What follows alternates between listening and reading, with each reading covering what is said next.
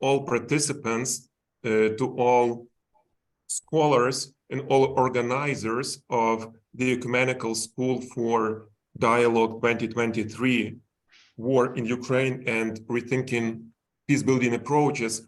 And I would like to send my special greetings and thanks to His Excellency Peter Kohlgraf, Bishop of Mainz, and the Diocese of Mainz itself. We are very grateful for your generous support for the school and your readiness to deliver an introductory lecture today. We are looking forward to your lecture very much.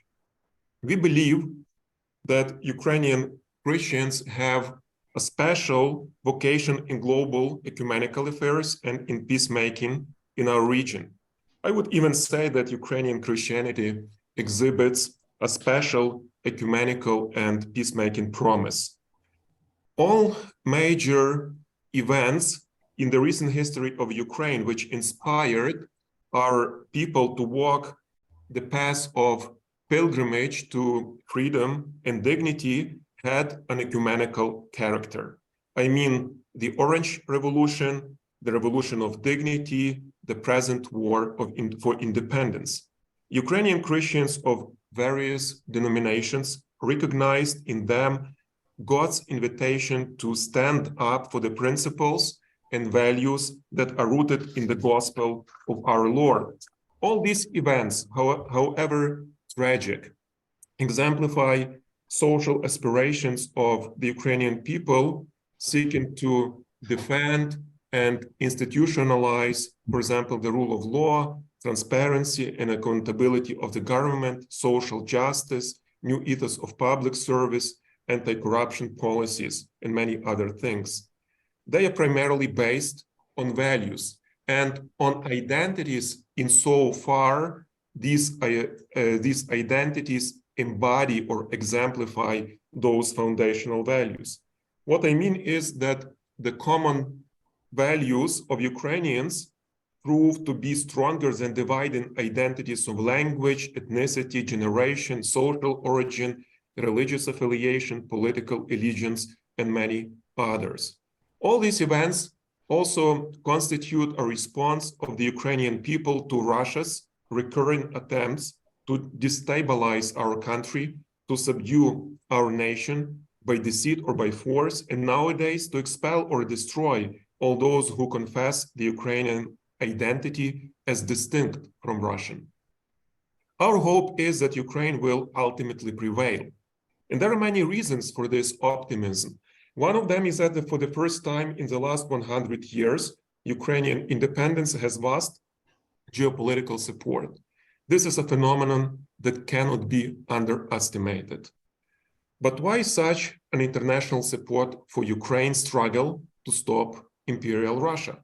Because more and more people globally realize that what is going on in Ukraine is not only about Ukraine. It's not only about the integrity of Ukraine's territory, our sovereignty, or internal Ukrainian affairs. It's about something that reaches far beyond the Ukrainian border.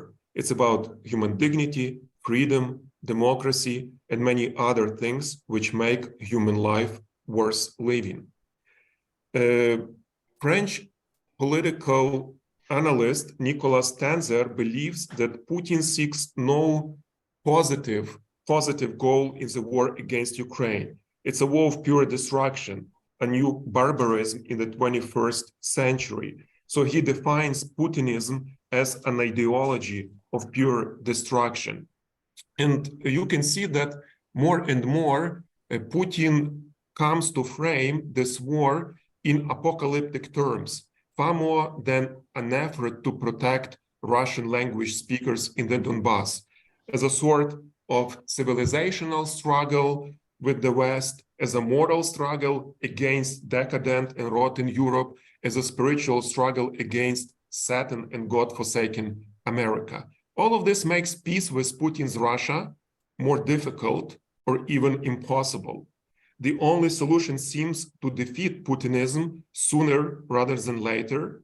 And its defeat is vital not only for the future of Ukraine, but also for the future of European security and international order. Where does it leave us as Christians? Motivated by the commitment to affirming human dignity, even in violence-driven situations, over centuries, humankind developed certain mechanisms for deterring and avoiding war as much as possible. The art of diplomacy is a case in mind, as well as the practice of negotiation, international structures and organizations. We have also formulated the principles of the war conduct if it becomes a fait accompli. Chivalric codes of honor, the concept of a just war, rules for treating war prisoners, principles of peaceful resolution of conflicts, the bans for certain kinds of weapons, agreements about non-proliferation and deterrence from using nuclear weapons, and many other things. All of these are meant to contain, reduce, de-escalate deadly violence people inflict on each other. But what if the country with nuclear power, driven by the conspiracy theory about the world's intention to destroy it, and by weaponizing the resentment of its people against a more successful West, decides to show sheer contempt to all international agreements and invade its neighbor, which declined its nuclear weapons back in the beginning of the 90s? What if such a country decides to break all the rules of conducting the war and turns it into a war against a civilian population in civilian infrastructure? What if this country does all of this with a sense of impunity and superiority? What if it shows genocidal intent and engages into war crimes, crimes against humanity, and even genocidal practices? I leave you with these difficult questions. I hope your discussions will help us to come closer to finding good answers to them.